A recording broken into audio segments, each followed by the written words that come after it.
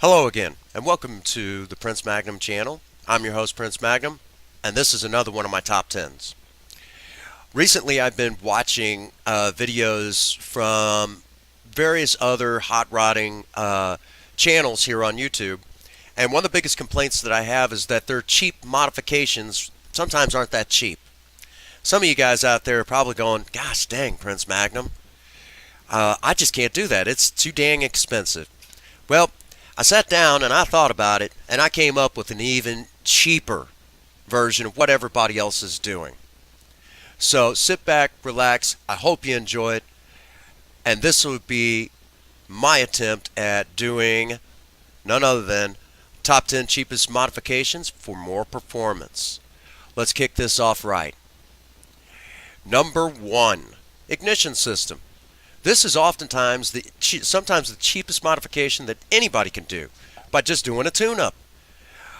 Changing your spark plugs and getting the slightly better ones than what the factory originally put in there, you'd be surprised. Do that with your plug wires, cap, rotor bug if you've got it.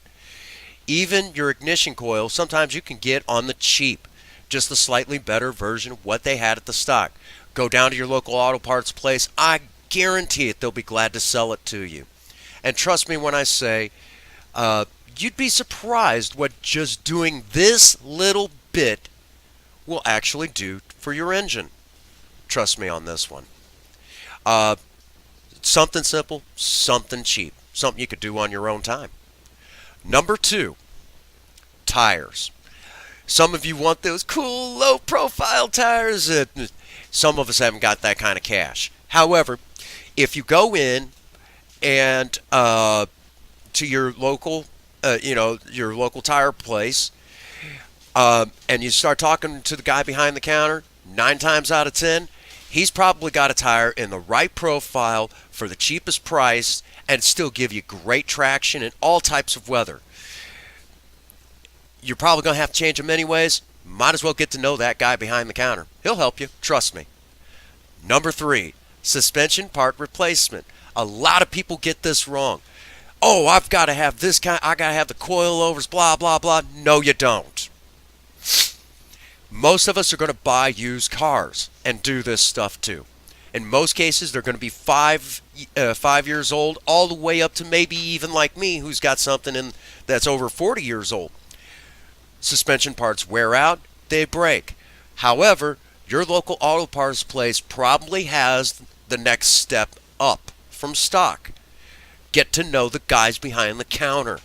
I promise you, they'll be glad to sell you something that's going to give you much better handling than what the stock calls for, and it won't be that far out of a price range. Okay?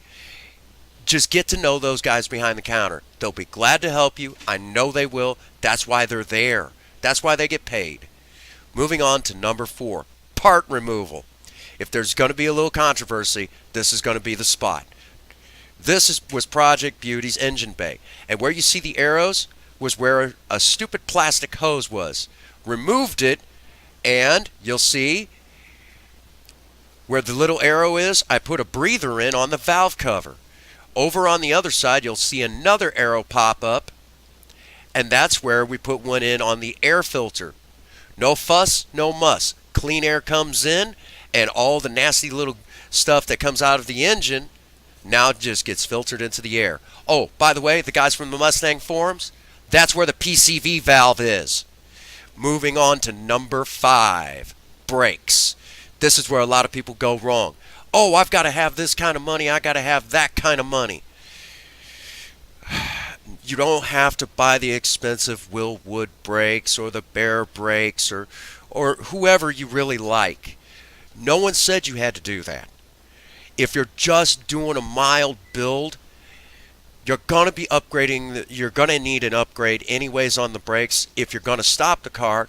And 9 times out of 10, your local auto parts place, depending on the year of the vehicle, most likely will offer a slightly better stock brake in ceramic.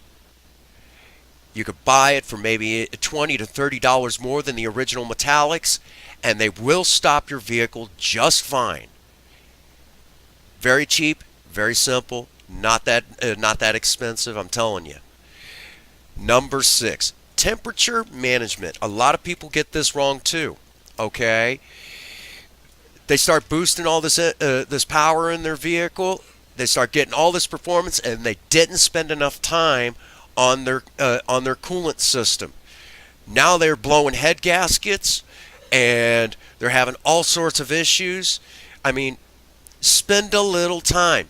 If your hoses are questionable, go ahead and replace them. You'd be surprised what bringing a stock coolant system back up to specs will actually do for an engine. If you're going to be boosting a lot of power, thermostats are cheap. Okay? Get a one that's going to keep your engine a little bit cooler. I promise you, you'd be surprised. And if you want to argue with me on this, let me put it to you like this. If you've done any serious cooking in your kitchen and you've overheated an aluminum pan, it warps, doesn't it? Well, the same thing can happen to an engine. So spend a little time with your engine. I promise you, your engine will thank you. And trust me when I say, change your coolant often. Okay? It breaks down, it gets really nasty, and it's not doing its job anymore. You'd be surprised what bad coolant, just trust me on this. Ooh.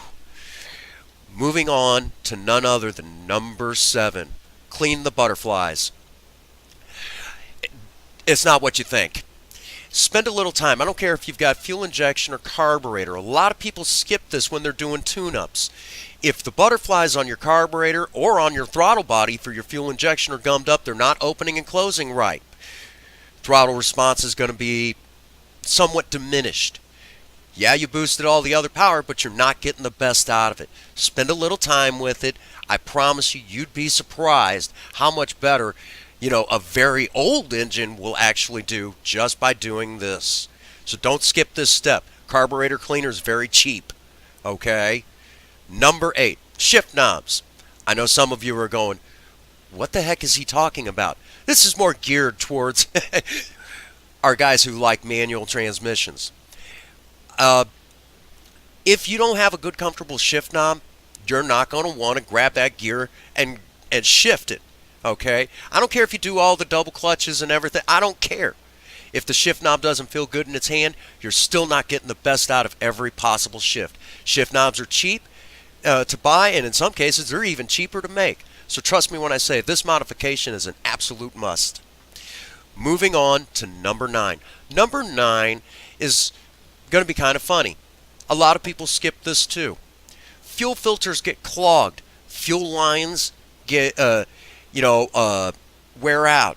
Spend a little time. You'd be surprised how cheap a rubber line really is, to having to replace your freaking fuel pump because you didn't take this step. You'll burn up fuel pumps, and a car that's broke down, you're not enjoying. Okay? Well, Prince Magnum, my fuel filter is in the gas tank. Well, that's why we have fuel system treatments out there today. Gasoline today is a lot dirtier than it used to be from back in the day. Ask any old hot rodder, they'll tell you.